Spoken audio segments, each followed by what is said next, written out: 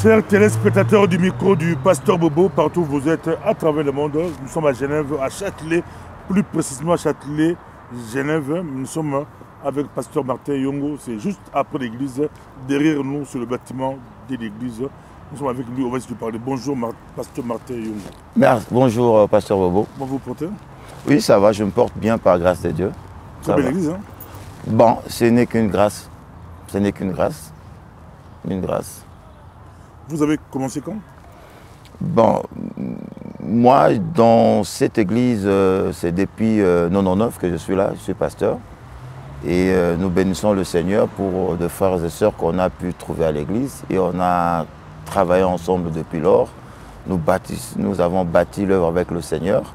C'est ainsi que nous nous réjouissons vraiment dans le Seigneur parce qu'on s'est vraiment investi en imaginant que moi je suis sur Lausanne avec le pasteur Philippe et il faut venir travailler à Genève. On est à 45 minutes si la route est bonne, à 1 heure du temps. Alors il faut tenir compte de tout ce problème, de toutes ces difficultés et nous bénissons le Seigneur qu'après tout ce temps, on continue à œuvrer dans la mission évangélique protestante. Et la majorité des fidèles viennent de Genève? Oui, la majorité vient de Genève. Il y en a aussi qui viennent de la France voisine et d'autres qui viennent dans le canton de Vaud. Et voilà quoi. Nous avons en tout cas essayé, en tout cas par la grâce de Dieu, d'avoir des membres un peu venus dans toute la région, comme on dit souvent chez nous ici, de l'arc alémanique. Quelles sont les difficultés que vous rencontrez ici pour établir ou faire avancer l'œuvre de Dieu à Genève? Bon, les premières années, et puis ça continue jusqu'à présent, parce que comme vous savez, il y a une forte prédominance africaine dans nos églises. Et comme vous savez aussi qu'en termes d'immigration, ça n'a pas toujours été facile pour les Africains. C'est ainsi que beaucoup de membres qui étaient venus, qui fréquentaient l'église au départ, il y en a d'autres qui sont partis dans d'autres pays parce que vous connaissez un peu la rigueur qu'il y a un peu la Suisse par rapport à l'acceptation des demandeurs d'asile. Au début, c'était ça cette difficulté. Il a fallu vraiment qu'on attende qu'il y ait une période où tous les membres, la majorité des membres avaient leur établissement. Alors, c'est à partir de là qu'on a commencé à fermer l'église, à travailler tous ensemble, voilà. C'était juste ça, le grand problème, la stabilité des membres. Et Dieu merci, ça fait un bon moment que les fidèles de notre assemblée sont établis, stables au pays.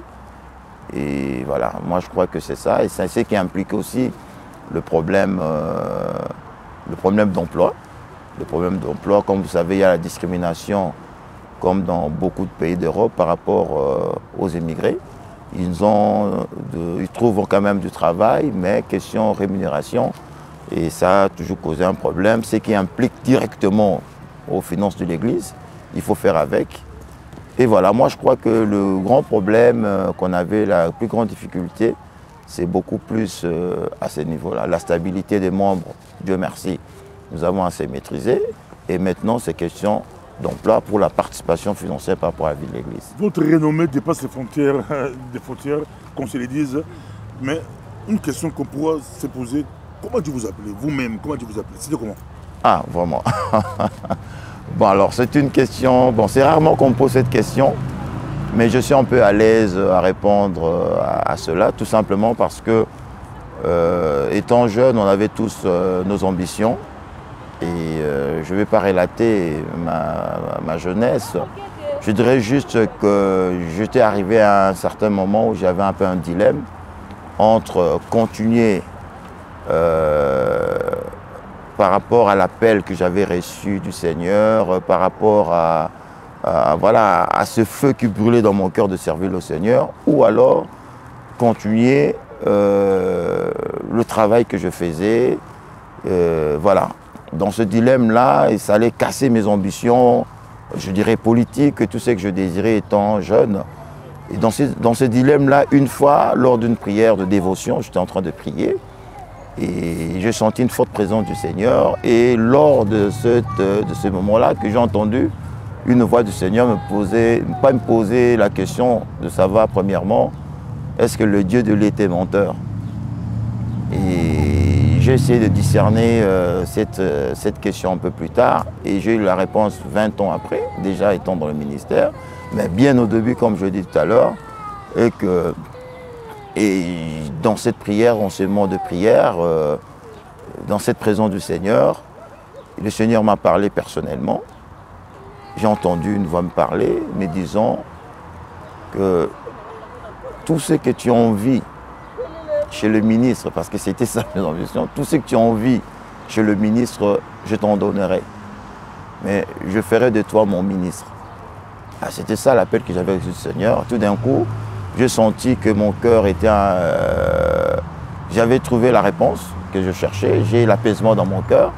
Je dis, voilà, mes ambitions purement politiques que j'avais étant jeune, et ça s'est un peu évaporé. Et au moins, je serai à la disposition du Seigneur. Je le mettrai à sa disposition pour qu'il puisse m'utiliser quand il veut, où il veut et comme il veut. Et c'est ce que je continue à faire à présent, sans oublier quand même, j'essaie de participer tant mieux que mal à certaines réflexions, à certaines structures pour faire avancer le pays, redresser un peu notre pays. Vous voulez être politicien, Dieu vous a appelé à l'évangile, donc pour vous, un homme de Dieu ne peut pas devenir politicien. Non, non. C'est pas lié, c'est de Dieu, c'est... Non, non, non, c'est pas ça, c'est plutôt... Dieu vous refuse la politique, il vous dit c'est l'évangile. Non, je n'ai pas dit que Dieu m'a refusé, j'ai très bien dit que... Il m'a dit que tout ce que tu as envie, parce qu'il était question, étant jeune, on a des ambitions.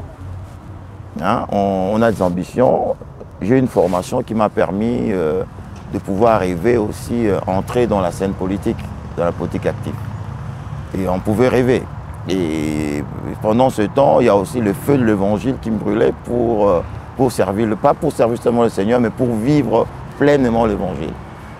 Et c'est pendant ce dilemme-là, et c'était est-ce que je m'engage pleinement dans l'œuvre ou alors je continue mes ambitions politiques.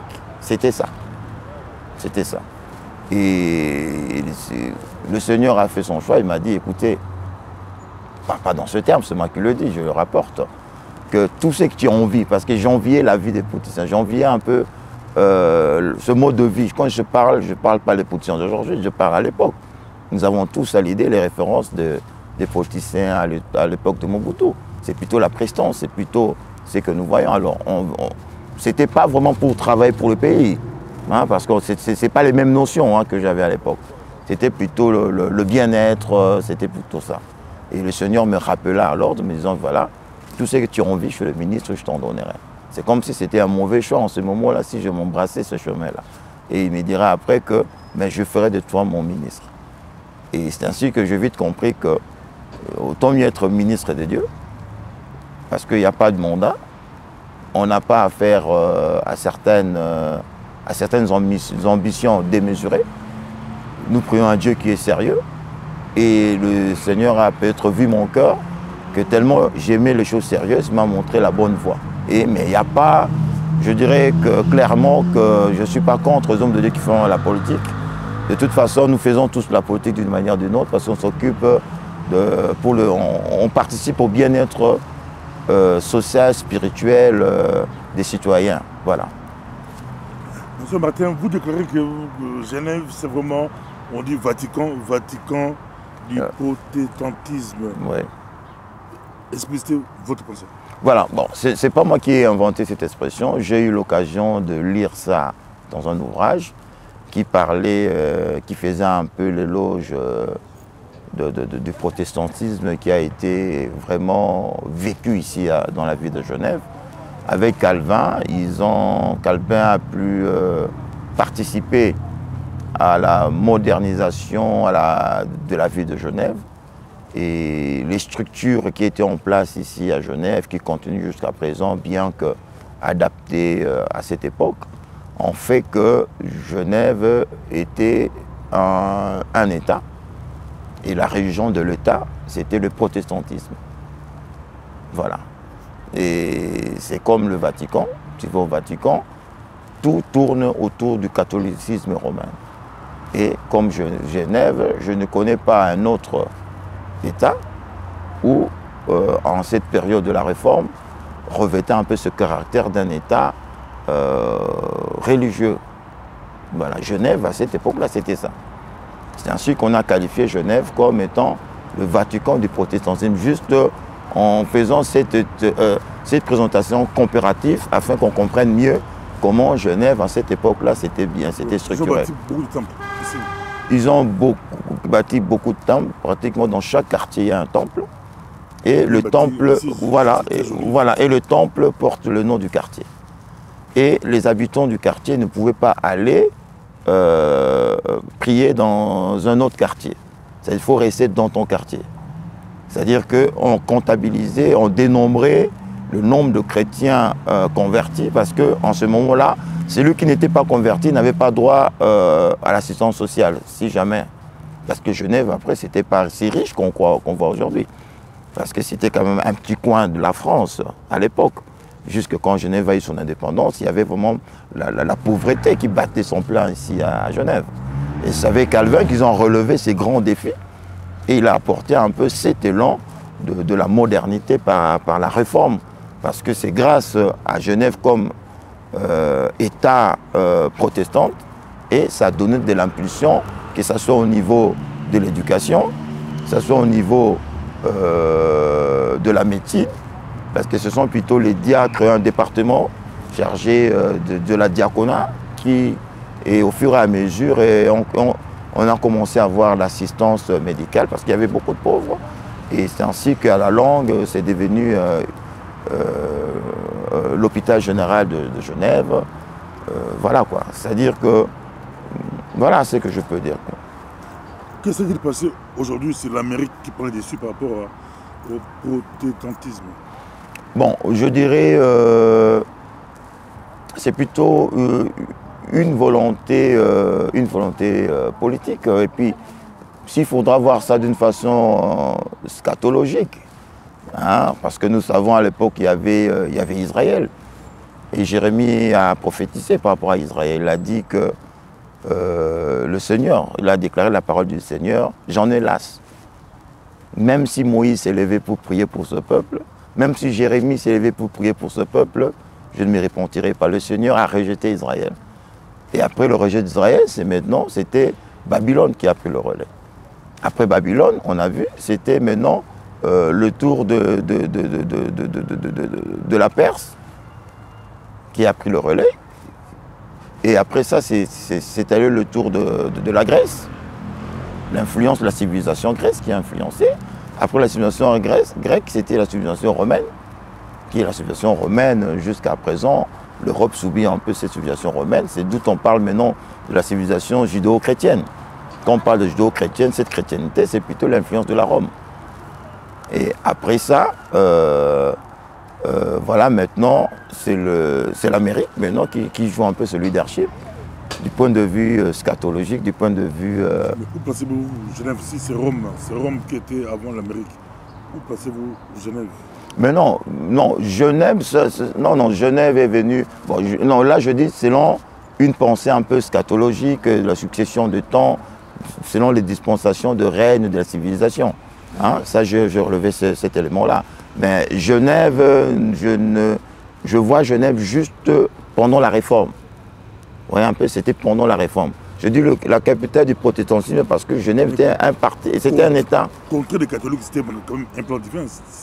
Quoi, ça le contrer? Je sais contrer le catholicisme. Oui. C'est comme c'est Dieu qui était derrière. C'est pas un hasard. Oui. C'est pas un hasard, c'était un plan divin. Mais il faut maintenant placer le protestantisme dans un contexte purement de l'histoire de l'Église. Hein, parce que cela n'est pas parti de Genève, c'est parti avec Martin Luther.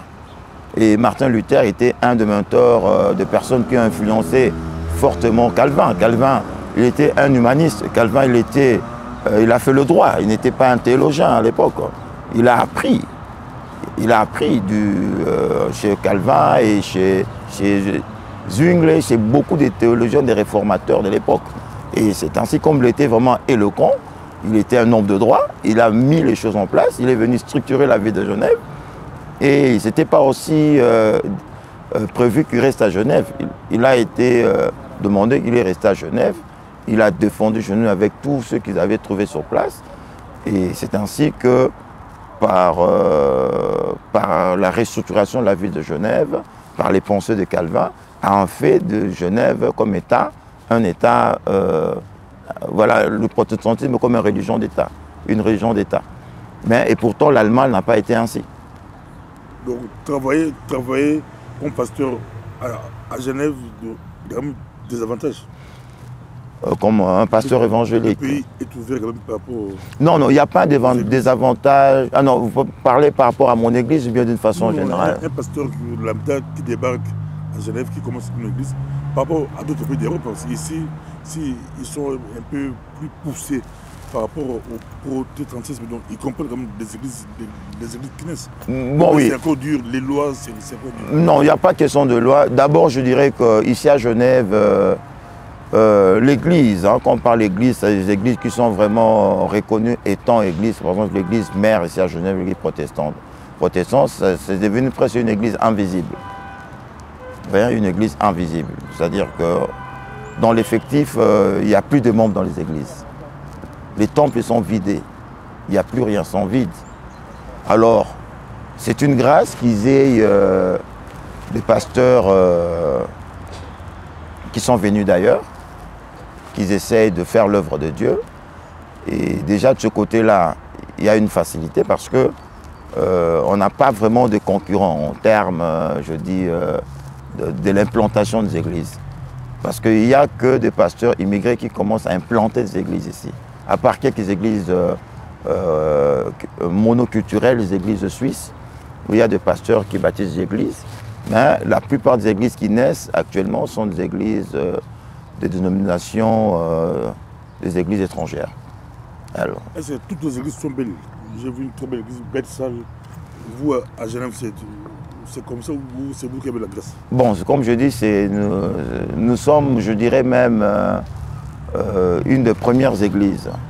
Je dirais même la première église. La première église africaine. Et je dirais même congolo, angolaise et d'autres cultures. Nous sommes la première église. Et c'est ainsi que par rapport aux relations dès le départ que l'église avait avec l'église protestante, quand nous sommes une église qui est accueillie au sein de l'église protestante, nous sommes accueillis, nous sommes acceptés. C'est ainsi qu'on a le privilège d'utiliser le temple de l'église protestante. C'est-à-dire que ce n'est pas toutes les églises qui ont ce privilège, parce que nous sommes la plus ancienne et les autres sont venus et ils n'ont plus eu ce privilège-là d'avoir un si beau temple comme le nôtre. On le suit partout, on va terminer, c'était après dimanche, on prend les pasteurs à pied levé, mais un petit message par rapport aux églises de la diaspora. Je rappelle que vous faites aussi partie de la direction collège ou équipe qui dirige la pastorale congolaise européenne. Où en sommes-nous avec la pastorale congolaise européenne? Et puis un petit message aux pasteurs de la diaspora, que ce soit aux États-Unis, en Europe, en Afrique. Est-ce qu'on peut aller encore plus loin? Qu'est-ce qu'il nous faut? Je vous donne la parole. Merci, Pasteur Bobo. Je tiens seulement à signaler que dans la configuration actuelle de responsabilité, je suis le vice-président de la pastorale congolaise européenne. Je suis en train de seconder l'évêque Jean-Claude Moussengo. Et puis, c'est lui qui est plutôt le leader, le visionnaire. Je fais partie d'une équipe et j'essaie de donner mon impulsion afin que nous puissions faire un mandat excellent et passer à une autre équipe qui va nous succéder. Je crois qu'on ne s'est pas écarté de la vision du début, c'est-à-dire qu'on s'est dit, voilà, nous reconnaissons le travail que fournissent les pasteurs congolais ici en Europe. Le pasteur, il fait son rôle de pasteur, il fait le rôle d'un parent, il fait le rôle d'un psychologue, il fait le rôle d'assistant social. On s'est dit, mais quand même, il faut quand même qu'il y ait une reconnaissance d'abord nous-mêmes. Il faudrait qu'il y ait une reconnaissance de ce travail de titan, ce travail qui est en train de battre le pasteur congolais. Il faut reconnaître ce travail-là. Parce qu'on n'a aucune structure jusqu'à présent qui fédère les pasteurs congolais. Sachant que nous avons eu un mandat prophétique au niveau de Congo, nous croyons que le Seigneur, notre Dieu, a visité ce pays. Il y a eu beaucoup de pasteurs qui ont été saisis, qui se sont établis en missionnaires, ils ont éparpillé, ils sont allés en mission partout de par le monde. Et en Europe aussi, il y a des pasteurs qui sont venus bâtir, travailler pour le Seigneur ici en Europe. Alors ils travaillent dans des conditions difficiles, des pasteurs qui ont 2-3 boulots pour subvenir aux besoins de leur famille. Nous savons que dans la diaspora, dès le départ, avant que les personnes soient établies, beaucoup étaient des réfugiés, à des rémunérations très faibles. Alors, il a fallu les encourager dans leurs difficultés. Et il y a ceux qui ont laissé des familles, des enfants au pays, ils sont venus ici tout seuls. Il a fallu quelque part un lieu de chute pour s'accrocher. Il a fallu qu'ils travaillent dans la foi pour obtenir le papier, pour le regroupement familial, pour sa paix, son équilibre psychologique. Il y a tout ça. Ce sont les pasteurs qui ont fait cela. Et c'est ainsi que pour cette reconnaissance et pour qu'on ne travaille pas dans un ordre dispersé, on s'est dit voilà, nous allons mettre en place la pastorale congolaise européenne. Béni soit le Seigneur, l'appel a été lancé, les pasteurs se sont retrouvés et on a dit voilà, nous allons structurer la chose et nous avons créé la pastorale congolaise européenne. Et par rapport à ça, ça devait être en principe un prestige, une institution prestigieuse où tout pasteur congolais devait s'identifier. Et c'est ainsi que nous sommes partis dans la mobilisation. On a essayé de passer l'information dans toute l'Europe et les pasteurs ont répondu massivement et il a fallu maintenant continuer dans les activités. C'est cette phase-là avec le président Monsengo, nous sommes dans cette phase-là maintenant de relancer les activités pour la survie de l'institution. Pour ne pas oublier que nous avons 3 axes principaux dans la pastorale congolaise européenne. Nous voudrions rassembler les pasteurs selon leurs appels et leurs particularités dans la foi. C'est-à-dire des pasteurs qui sont là où le Seigneur les a dotés pour tout ce qui est la formation d'autres pasteurs, tout ce qui est les formations théologiques, pour ce qui est la vie de l'Église, la vision de l'Église, pour ce qui est le ministère. Les pasteurs vont se retrouver dans l'axe de la foi. Il y a d'autres pasteurs qui ont de prédominance un peu côté humanitaire, côté assistance, côté éducation, côté instruction, côté assistance sociale. Et ces pasteurs, nous aimerions par la grâce de Dieu qu'on se rassemble dans l'axe de l'humanité, de l'humanisme, ou alors on pourrait parler de l'axe de la charité. Alors il y a d'autres pasteurs aussi qui ont aussi une prédominance un peu en eux. Ils ont un peu le fort côté patriotisme, regard tourné vers la patrie, vers la nation, qui ont d'autres compétences. Il y a des pasteurs qui ont fait le droit, il y a des pasteurs qui ont fait l'économie, il y a d'autres pasteurs qui ont d'autres compétences, d'autres formations, d'autres cursus scolaires, universitaires. Alors nous aimerions que ces pasteurs se retrouvent aussi dans l'axe du patriotisme, qui soient aussi des éléments qui pourront nous aider ou être à la disposition de l'État afin de pouvoir apporter leur pierre d'édification, se mettre en contribution pour relancer notre pays vers le haut. Voilà. C'est ainsi qu'on a voulu que tous les pasteurs congolais se retrouvent en Europe, adhèrent massivement à la pastorale congolaise européenne afin qu'on puisse relever ces grands défis et aussi combattre des antivaleurs.